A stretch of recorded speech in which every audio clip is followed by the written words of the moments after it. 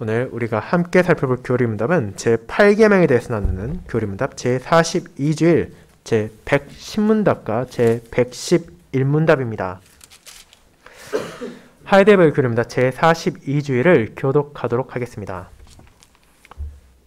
하이델베르 교리문답 제42주일 제110문 제8계명에서 하나님께서 금하시는 것은 무엇입니까? 하나님께서는 공공연한 도적질과 강도짓만을 금하신 것이 아니라 거짓된 저울과 자, 속여서 물건을 파는 것, 돈을 위조하는 것, 고리대금과 같은 악한 계획들과 관계들도 금하십니다. 우리는 이웃에게 힘으로든지 또는 정당한 권리를 가장해서든지 다른 어떤 방식으로도 속여 빼앗으면 안 됩니다. 또한 하나님께서는 모든 탐심 그리고 하나님의 선물들을 남용하거나 낭비하는 것을 금하십니다. 제111문 이 계명에서 하나님께서 당신에게 요구하시는 것은 무엇입니까? 내가 할 수 있고 해도 된다면 내 이웃의 유익을 증진시켜야 하며 다른 사람이 나에게 대접해 주기를 바라는 것처럼 이웃을 대접하여야 하며 그리고 도움이 필요한 자들에게 주기 위하여 성실하게 일해야 합니다. 말씀 복사 후에는 찬송 1A장을 통해 사도신경을 고백한 후 시편 112편을 이어서 부르도록 하겠습니다.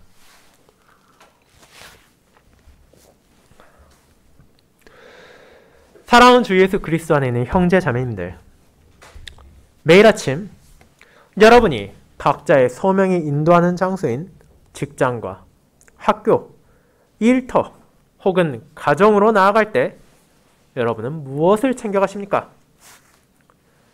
사무실에서 일하는 직장인들은 각자의 가방에 필요한 서류를 챙겨갈 것이며 학생들은 책가방에 수업에 필요한 교재와 문구류를 준비해서 학교로 향할 것이고 필요하다면 끼니를 위해 도시락을 준비해 밖으로 나설 것입니다.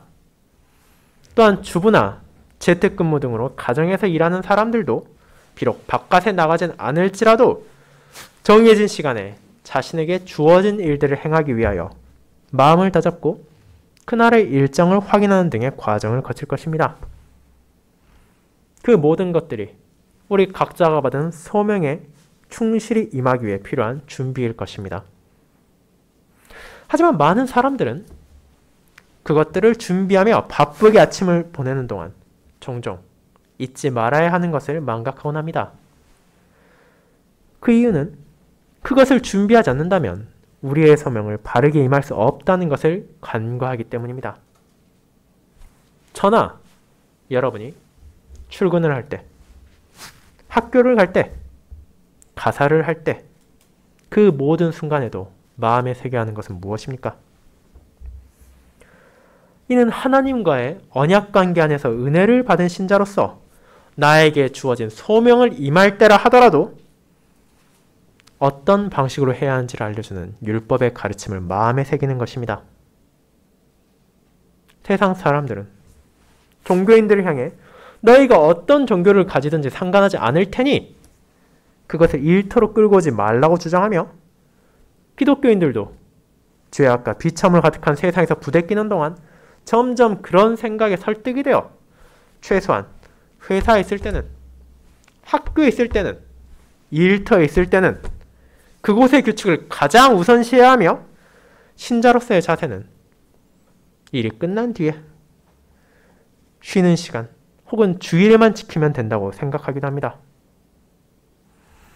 하지만 제8계명은 그런 오해를 부수고 우리가 각자의 소명을 임할 때에도 여전히 하나님의 백성이고 그분의 소유된 자로서의 자세를 지켜야 한다는 것을 알려줍니다. 도적질하지 말지니라는 이 짧은 계명 가운데 드러나는 신자가 생업에 따라 살아갈 때에도 하나님 관계 안에서 그분을 사랑하며 이웃을 사랑해야 한다는 방식을 교리문답 제42주를 통해 우리는 함께 고백할 것입니다. 저는 이를 신자가 소명에 임하는 자세를 알려주는 하나님의 율법이라는 제목으로 나누고자 하며 그분의 말씀을 통해 제8계명이 단순히 남의 것을 훔치고 빼앗는 것을 금지하는 것을 넘어 우리가 각자의 장소에서 행하는 모든 것을 하나님의 공의에 따라 그분의 사랑에 따라 이 마음으로 참된 사랑을 증거할 것을 요구한다는 사실을 함께 알아보고자 합니다. 이를 첫 번째, 악한 방식으로 탐심을 충족시키는 길을 금지하는 율법. 두 번째, 선한 방식을 통해 이웃을 사랑하는 길을 알려주는 율법으로 나누어 알아보겠습니다. 먼저 첫 번째, 악한 방식으로 탐심을 충족시키는 길을 금지하는 율법에 대해 생각해 보겠습니다. 형제자매 여러분, 매주일 우리가 계명의 의미를 살피고 부족한 우리가 어떻게 거룩하신 하나님의 백성으로서 그분께 합당한 삶을 살아갈 수 있는지를 알아가는 것은 분명 그분의 은혜를 통해 누리게 된 아름다운 시간입니다. 하지만 이것이 우리에게 그저 가볍기만 한 시간, 우리가 그저 즐겁게 듣기만 하면 되는 시간이 결코 아니라는 사실을 각각의 계명이 전해주는 신자의 소명을 살필 때 깨닫게 됩니다. 매 계명은 사람이 자신의 능력으로만 지킬 수 있는 것이 아니며 그중 단 하나라더라도 하나님의 은혜가 없다면 결코 온전하게 지킬 수 없다는 것을 우리에게 보여주기 때문입니다.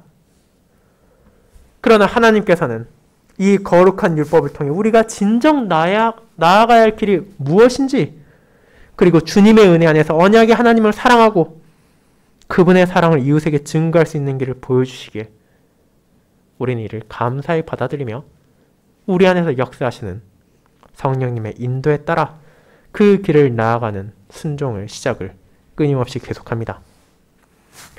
그렇다면 지난주일 제7계명 간음하지 말지니라는 계명을 통해 우리는 무엇을 배웠습니까?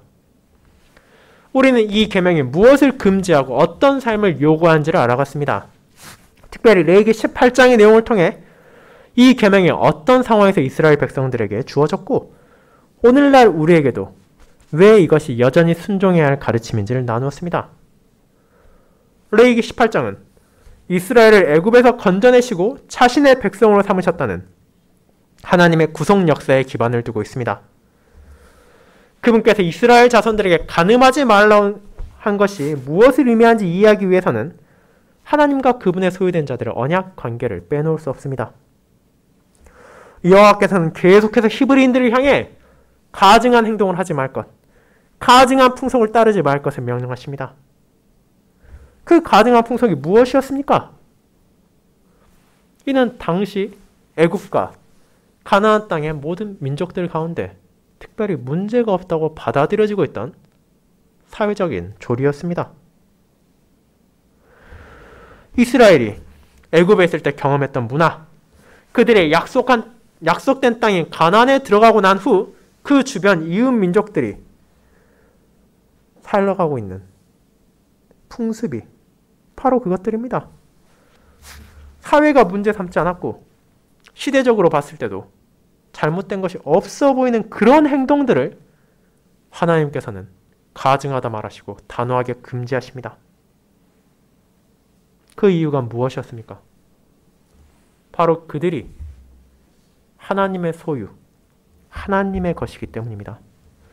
본문 가운데 하나님은 계속해서 자신이 여호와의 심을, 즉 그들과 언약을 맺으신 하나님이라는 것을 강조할 뿐 아니라 이방의 문화가 그분 앞에서 가증한 것이며 그에 따라 그들의 육신을 더럽히지 말 것을 알려주십니다.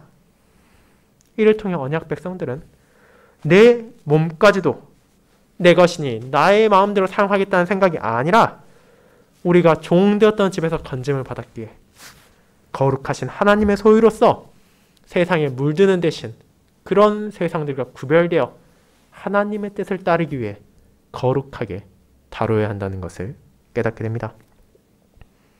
그렇다면 그렇게 육신만을 정결하게 지키면 제7계명을 완벽하게 순종했다 할 수 있습니까?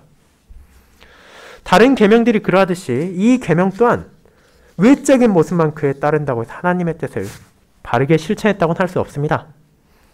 이 명령을 들은 신자는 나의 육신이 언약의 주님의 소유라는 것을 인식하는 것을 넘어서 나의 영혼까지도 그분께 속해 있다는 것을 바르게 고백하며 이를 자신의 삶 가운데 드러내야 했기 때문입니다.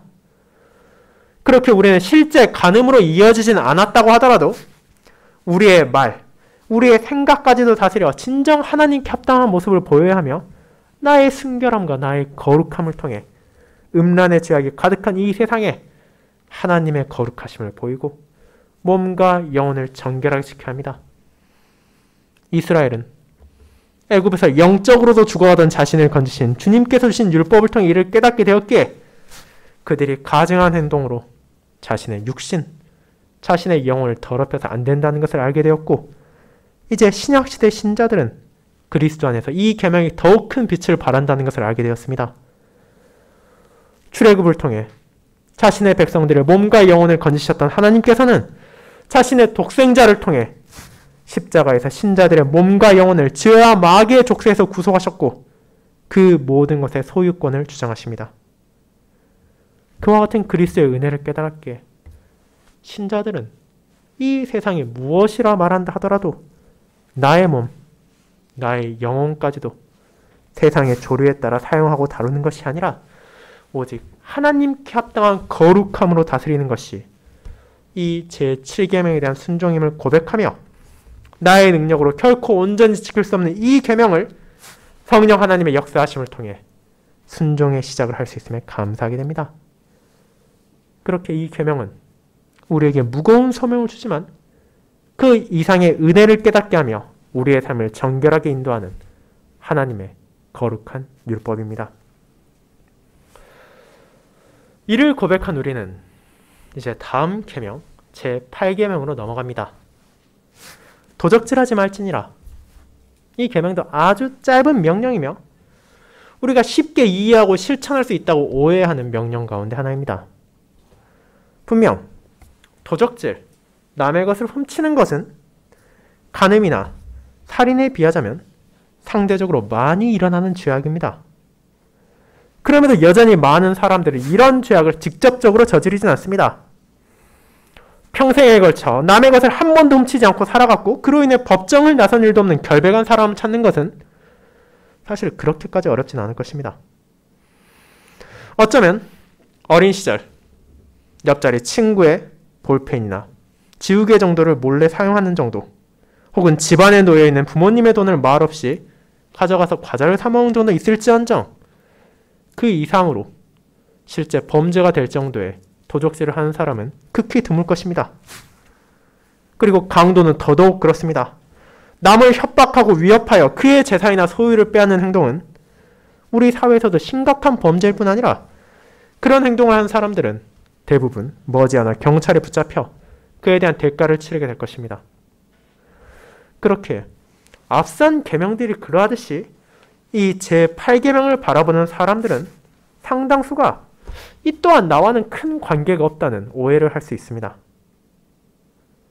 그렇다면 이스라엘 백성들이라고 해서 우리랑 많이 다른 것이 있겠습니까?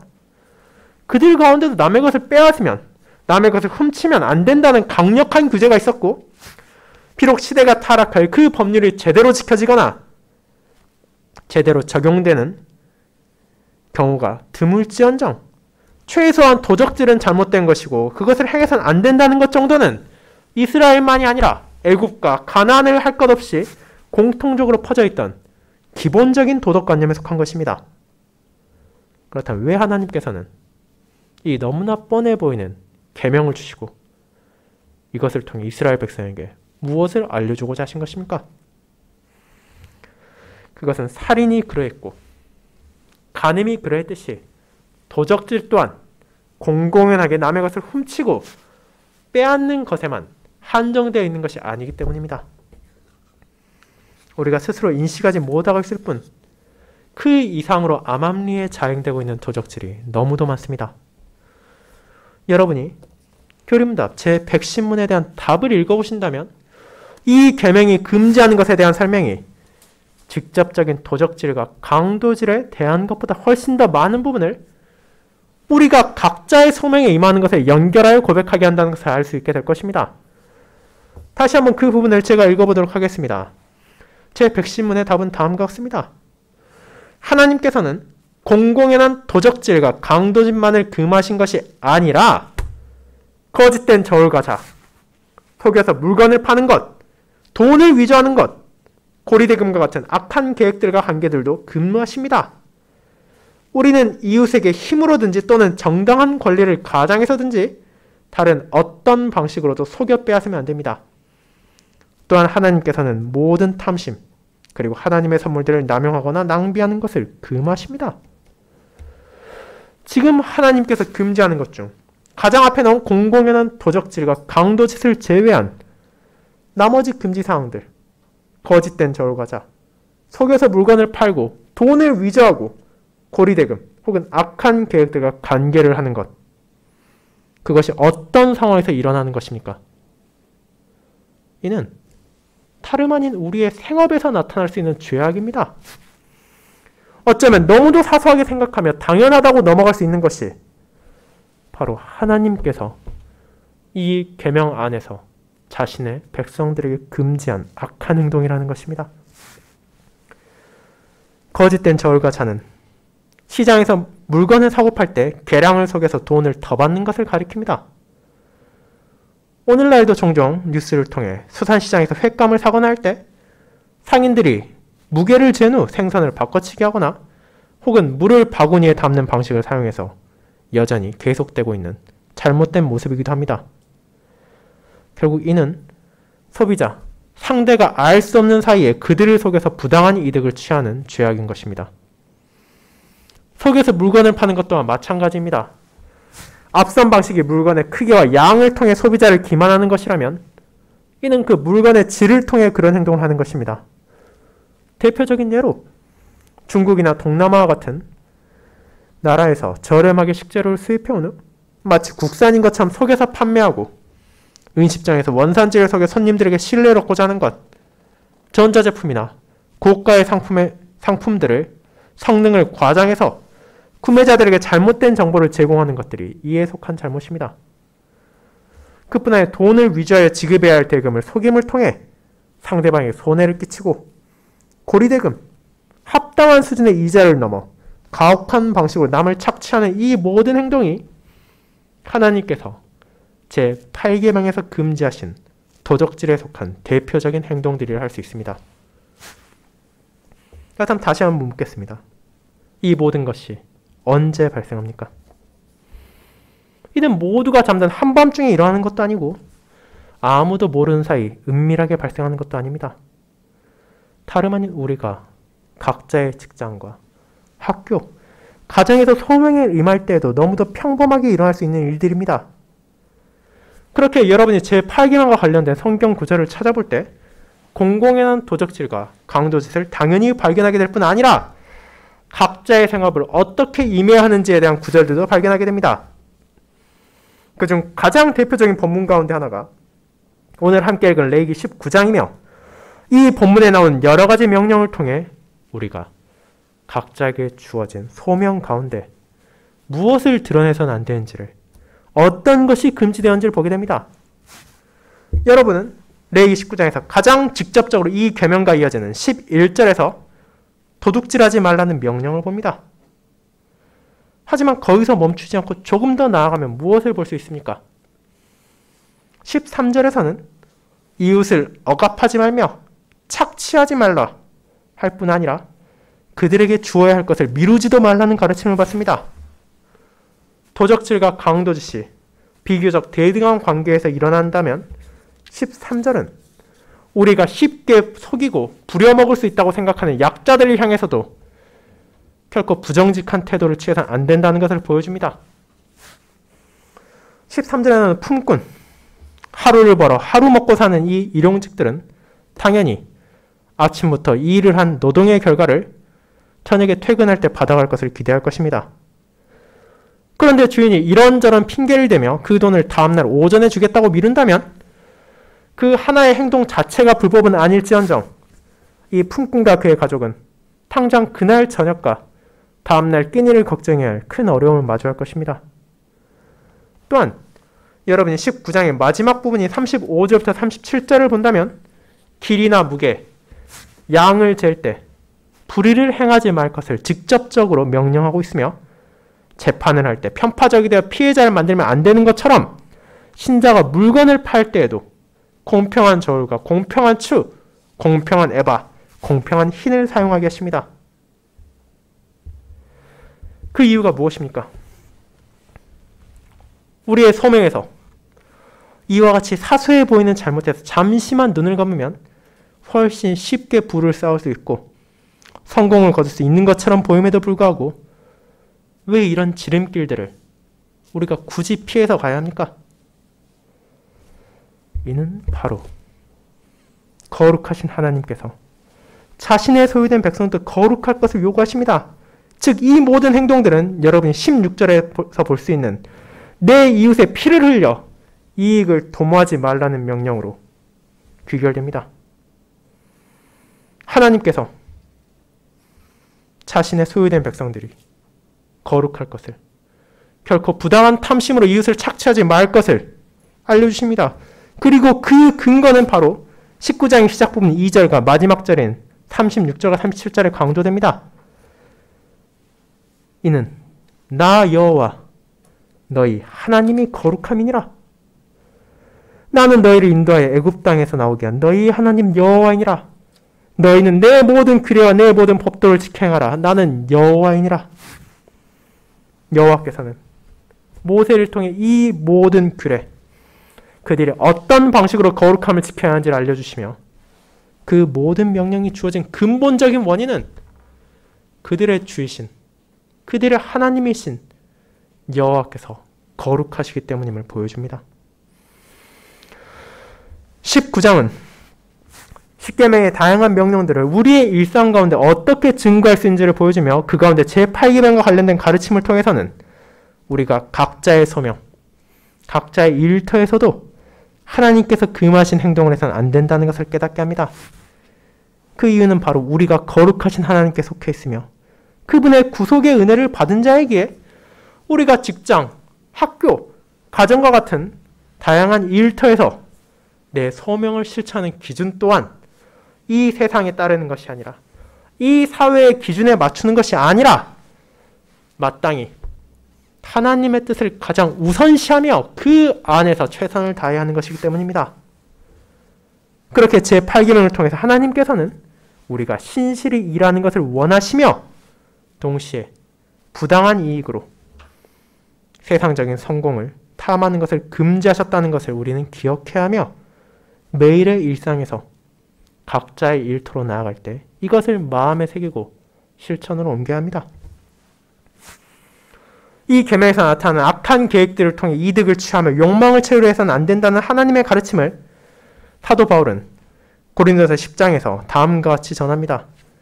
그런즉 너희가 먹든지 마시든지 무엇을 하든지 다 하나님의 영광을 위해서 하라. 이 명령의 배경은 그들이 무엇을 먹어야 하는지에 대한 논쟁 가운데 있었기에 주어진 것이지만 그것이 담고 있는 진리는 제8계명에도 그대로 적용될 수 있는 보편적인 말씀입니다. 우리가 무엇을 위해 직장에 나가 땀 흘려 일합니까? 왜? 아침부터 늦은 시간까지 학교에 가서 수업을 듣고 공부해야 합니까? 어째서 가정에서 자녀들을 돌보고 요리와 빨래처럼 끝나지 않는 것처럼 보이는 수많은 가사들을 처리해야 합니까? 만약 그에 대한 대답이 단순히 세상에서 성공을 거두고 편하게 살고 잘 먹고 잘 살기 위해서라고 한다면 우리는 그 모든 편법들을 피해야 될 이유가 전혀 없을 것입니다.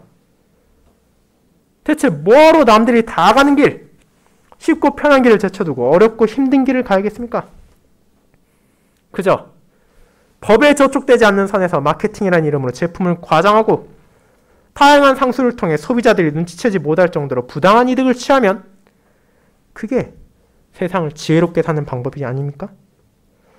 사람들에게 불필요한 것들을 없으면 안 될 것처럼 소개하고 바람잡이들을 사용해서 그럴듯하게 들려준다면 대부분의 사람들이 지갑을 열지 않겠습니까? 다른 회사와 거래를 할 때도 갑으로서의 권리를 최대한 행사하고 알려줘야 할 것들은 적당히 속이며 거래처를 착취할 수 있지 않겠습니까? 학생으로서도 열심히 공부하는 과정을 생략하고 교사의 눈을 피해 컨닝을 한다면 고지식하게 공부한 학생들보다 훨씬 쉽게 더 나은 성적을 거둘 수 있지 않겠습니까? 결과지상주의를 살아가는 우리가 그런 수많은 방식들, 더 편하게, 더 쉽게, 더 큰 이득을 거둘 수 있는 것들을 피해야 될 이유가 대체 어디에 있습니까? 사랑하는 형제자매 여러분, 세상 사람들은 그것을 피해야 될 이유가 없다 말할 수 있습니다. 하지만 저와 여러분은 분명한 이유를 가지고 있습니다. 그것은 바로 여러분의 주이신 하나님께서 이를 원하시기 때문입니다. 앞선 계명을 통해 나의 몸, 나의 영혼까지도 자신의 것임을 선언하신 하나님께서는 자연스럽게 우리의 일터에서도, 우리가 학교에서도, 우리가 가정에서도 그 소명을 임할 때 그분의 소유된 자로서 거룩하게 임해야 한다는 것을 알려주십니다.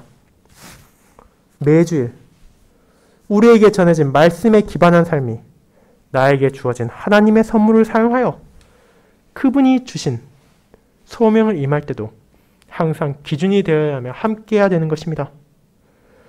회사에서는 세상의 규칙에 따라 살아가다 퇴근하고 나면 하나님의 백성으로 변하는 것이 아니라 회사에서도, 학교에서도, 가정에서도, 우리가 어디에 있다 하더라도 하나님의 뜻을 가장 우선시하여 순종하며 그분의 영광을 위하여 임하는 가운데 주어진 일들을 하나하나 성실하게 행하는 것이 바로 우리에게 주어진 하나님의 명령입니다. 그렇게 하나님께서 원하시지 않는 약자를 갈취하고 속임수와 편법을 사용하고 그들의 피를 흘리게 하는 것은 자연스럽게 우리의 선택지에서 사라져야 합니다. 때로는 내가 가진 힘과 능력, 나에게 주어진 지위를 사용해, 때로는 내가 사회와 직장에서 부여받은 정당한 권리를 사용해서 남의 것을 빼앗고 싶다는 유혹이 든다 하더라도 우리는 그것에 따르는 대신 오직 하나님의 가르침을 따라 각자의 생업에 임할 때에도 그분의 거룩함을 드러내고 탐심으로 인해 하나님께서 이웃들에게 주신 그분의 선물을 빼앗아서도 안 되며 나에게 주신 선물들을 남용해서도 안 됩니다. 왜냐하면 이 거룩한 하나님께서는 우리가 사회의 기준에 따라 이기적이 되어 나 자신만을 위해 살아가는 것이 아니라 내가 일상의 과업을 할 때도, 생업을 위해 일할 때에도 하나님과의 언약관계 안에서 그분으로부터 받은 사랑을 증거하며 그 이웃까지도 사랑하기를 원하시기 때문입니다. 그것이 바로 두 번째, 선한 방식을 통해 이웃을 사랑하는 길을 알려주는 율법으로 우리를 인도합니다. 성도 여러분, 그러면 다시 한번 제8계명의 본질로 돌아와 보도록 합시다. 도적질하지 말지니라는 명령을 통해 하나님께서는 우리에게 어떤 삶의 자세를 요구하십니까? 이는 우리가 함께 읽은 레위기 19장의 가운데 부분에 위치한 17절에 나타납니다. 내 이웃 사랑하기를, 죄송합니다. 18절입니다. 내 이웃 사랑하기를 내 자신과 같이 사랑하라. 나는 여호와이니라. 이 규례를 통해 본문에 나온 수많은 규례들과 명령들이 무엇을 가리키는지를 우리는 보게 됩니다. 이는 두 가지 사실을 이스라엘 백성들에게 상기시킵니다. 첫째로, 그들이 자신의 생업을 포함한 모든 삶의 영역에서 이웃을 그들 자신과 같이 사랑해야 된다는 것이며, 두 번째로, 그 이유는 바로 우리가 하나님과의 언약관계 안에 있기 때문이라는 것을 말입니다. 거룩하신 그분께서 그들을 거룩하도록 부르셨으며 이 거룩함은 분명 세상과 다름을 통해 드러날 것입니다. 아무리 세상과 사회가 약육강식을 외치고 그것을 당연하게 여긴다 하더라도 하나님께서는 그런 기준에 따라 자신의 백성들이 살아가는 것을 금지하시며 비록 상대방이 알지 못한 때라 하더라도 그들에게 주어진 하나님의 선물들을 착취하거나 약탈하지 않도록 명령하십니다. 그렇다면 우리가 직장, 학교, 가정, 그리고 그 외 수없이 많은 각자의 장소에서 열심히 일하고 공정하게 모두를 대한다면 그것으로 충분한 것입니까? 물론 이것조차도 우리에겐 정말 어렵고 쉽지 않지만 이는 제8계명의 순종에 있어서는 아직 출발점에 선 것에 불과합니다. 여러분이 레위기 19장에서 보게 되는 것들은 실제로 우리의 소명을 통해 이웃의 재산과 권리를 해치지 말라는 것을 넘어서 적극적으로 우리의 사랑을 베풀라는 것에 있기 때문입니다. 레위기 19장 9절과 10절에서 나오는 땅에 곡식을 거둘 때 모퉁이까지 다 거두지 말고 떨어진 이삭도 줍지 말며 포도의 열매를 다 따지 않으며 떨어진 것들을 줍지 않아야 하는 이유는 무엇입니까? 그것들이 다 돈이고 여러분의 노력의 결과이지 않습니까? 설령 팔 가치는 없다 하더라도 가족들과 함께 먹기에는 어떤 부족함도 없을 그런 식재료를 왜 남겨둬야 합니까? 당연히 그 모든 것을 거두어가는 것 자체에는 어떤 불법적인 요소도 없을 뿐 아니라 땀 흘려 논밭을 경작하고 포도원을 가꾼 주인에게 있어서는 당연한 권리를 행사하는 것입니다. 하지만 그런 수익을 포기하고라도 가난한 사람, 거류민들, 그와 같이 남아있는 곡식과 과일을 거두지 않고서는 하루의 삶도 보장할 수 없는 이들이 있기에 하나님께서는 당연히 자신의 백성들이 열심히 일하고 그분께서 내리신 결실을 거두는 것을 기뻐하시지만 그런 때에도 그 결실까지도 하나님의 은혜와 사랑으로 받게 된 것임을 기억하게 하시고 그분께서 베푸신 사랑을 힘들어하는 형제와 자매들에게도 베풀 것을 증거하라는 것입니다. 그뿐 아니라 이 계명의 대상이 하나님의 언약을 받은 자들, 통독인 이스라엘의 형제와 자매로만 한정되지 않는다는 것 또한 우리는 19장의 마지막 부분에서 보게 됩니다. 33절과 34절은 그들이 약속의 땅에 거주하게 될 때 이스라엘 영토에 찾아온 거류민들, 오늘날로 따지자면 시민권을 가지지 못한 외국인 노동자들을 어떻게 대해야 하는지에 대한 규례입니다. 과거 그와 같은 거류민들 중 대다수는 가난하고 비천한 삶을 이어간 자들이었습니다. 고향을 떠나 고국을 떠나 어떤 연고도 없는 타지로 찾아온 것이며 그들 가운데 상당수는 하루 벌어 하루 먹고 사는 힘든 삶을 이어가야 했습니다. 그렇게 하나님께서는 언약 백성들에게 돌보고 살펴야 할 대상으로 그들의 동족인 과부와 고아만이 아니라 그런 거류민들까지도 포함하고 있음을 우리는 기억해야 합니다. 하지만 왜 그래야 합니까? 살던 곳에서 계속 살 것이지 굳이 남의 나라에 와서 먹고 살고자 하는 이들에게 자비를 베풀어야 할 필요가 있습니까? 그럴 필요가 있습니다. 왜냐하면 하나님께서 이를 원하시기 때문입니다. 그분께서는 그들을 학대하지 않는 것에서 멈추지 말고 그들을 차별하지 말고 자신과 같이 사랑으로 명하십니다. 가난한 자를 사랑하는 것, 거류민을 사랑하는 것, 그것을 입으로만 말하는 것이 아니라 실제 그들의 직업과 소명에서도 증거하는 것, 그것이야말로 하나님께서 제8계명에서 우리에게 요구하시는 참된 순종이라는 것을 우리는 이 레위기 19장을 통해 배우게 됩니다. 이 사실을 제111문답은 다음과 같이 설명합니다. 내가 할 수 있고 해도 된다면 내 이웃의 유익을 증진시켜야 하며 다른 사람이 나에게 대접해 주기를 바라는 것처럼 이웃을 대접하여야 하며 그리고 도움이 필요한 자들에게 주기 위하여 성실하게 일해야 합니다. 이 계명에 대한 순종도 다른 계명들과 마찬가지로 억지로 하는 것이 아니라 내가 할 수 있으며 해도 되는 상황이라면 진정 그들을 향한 사랑을 멈추지 않고 베풀어야 합니다. 그리고 그 근간에는 하나님을 향한 깊은 신뢰가 있습니다. 농부가 자신이 피땀 흘려 가꾼 곡식의 일부를 남겨두고 포도원의 과실을 다 수확하지 않는 것, 어쩌면 나의 이득을 침해하는 것으로 보이는 거류민들을 차별하지 않는 것, 세상의 기준으로 보았을 때 너무 무르고 어리석다고 말할 수 있음에도 불구하고 성도가 이를 순종할 수 있는 이유는 그와 같은 행동을 우리가 조금의 손실을 본다 하더라도 하나님을 섬기며 살아가는 데 필요한 것들을 그분께서 충분히 우리에게 베푸신다는 것을 신뢰하기 때문입니다. 그리고 그보다 더 큰 사랑을 주님의 은혜로 말미암아 받았기에 그의 결코 비할 수 없는 나의 사랑을 결코 뽐내지도 자랑하지도 않고 겸손히 증거할 수 있습니다. 그것을 바로 34절의 후반부는 이렇게 보여줍니다. 너희도 애굽 땅에서 거류민이 되었었느니라. 나는 너희의 하나님 여호와니라. 그들 역시 거류민이었습니다. 그들 역시 비천하고 가난한 자였으며 종이었습니다. 그러나 그들의 하나님 여호와께서 아무런 조건도 없이 그들을 건져주시고 사랑을 베풀어 주셨습니다. 그리고 그 한없는 사랑을 받은 자들에게 너희가 받은 그 사랑을 형제와 자매들에게 증거함으로 하나님의 사랑을 깨닫게 하라는 소명이 주어진 것입니다. 사랑하는 성도 여러분, 그럼에도 이 계명에 대한 순종은 너무도 쉽게 잊혀지고 망각됩니다.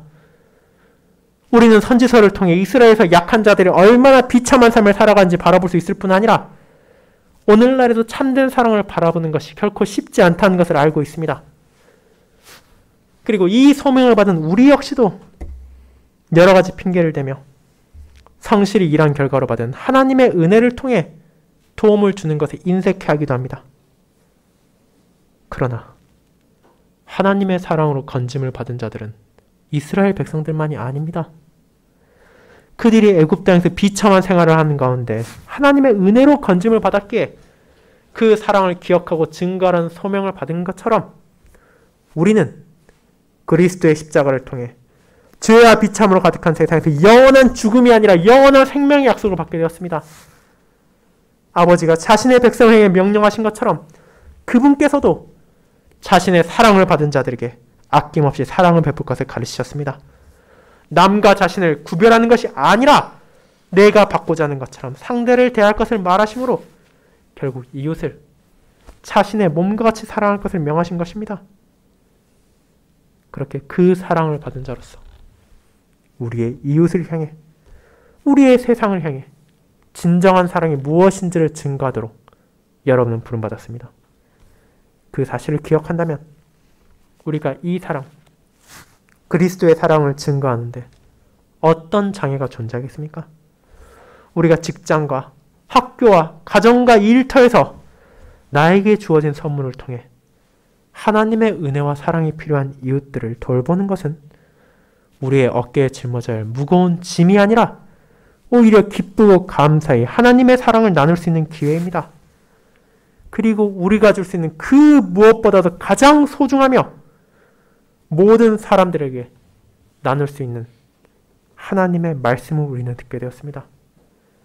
나의 일터에서 최선을 다해 정직하게 일함으로 하나님의 백성으로서 신실함을 드러내며 나에게 주어진 하나님의 선물에 감사함으로 타인에게 주어진 것들에 대한 탐욕을 절제하고 도움이 필요한 자들에게 사랑의 손길을 내밀도록 합시다.